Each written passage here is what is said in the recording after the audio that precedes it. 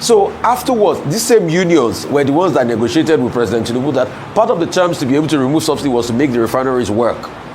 The refineries worked for a bit, they didn't work again, we didn't see anything again. They have not said anything since then. The issues they ought to face, they will not face it. They are so concerned about an individual that brings about 20 billion US dollars to build a refinery. If it's so easy, everybody will have built a refinery. NNPC refinery will be working today. And he's also saying, let us deliver to the last mile. Let's get about 4,000 CNG trucks in. And he wants to have his drivers there. And he's saying he's not comfortable with engaging with the union because of the hitherto problems the unions have also caused in the past in this country. We all know it's not easy to deal with unions in this country. Let's stop deceiving ourselves because we live in a lot of hypocrisy. And then the union is saying, no, you must unionize your staff, you must do this, you must do that. Yes, if you have practices, if you say the allegations you were pointing out yesterday that some people so to check on fair, to check on fair. If you had that, you have an industrial court to be able to go to.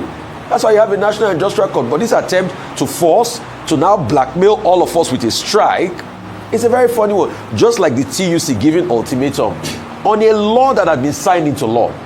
You can see the hypocrisy of the unions this morning.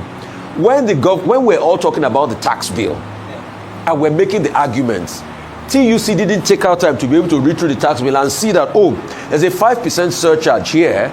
Oh, it's not going to be in the interest of people, and fight against it. After it's been signed into law, probably somebody picks it up in the media and they report it. That's when TUC comes out and starts to make a hula balloon. Yes, I get the argument of TUC. It's going to cause a lot of harm. It's going to exacerbate inflation. Yes, I also get the argument of a lot of people that are saying that all the things President Tinubu condemned when he was in opposition are the things he does today. Because as of 2003, President Olusegun Obasanjo then wanted to introduce this petroleum tax for most of the same reasons that were talked about today. And President Tinubu, in fact, even threatened then, as Lagos State Governor, that was going to take the government to court. There's another newspaper entry that talks about the fact that he went ahead to even rally some other governors in opposition to that petrol tax as of 2003. So you can now see the hypocrisy on the part of this government. You have removed subsidy, then you are adding a petroleum tax on the people. Shefe Pawani.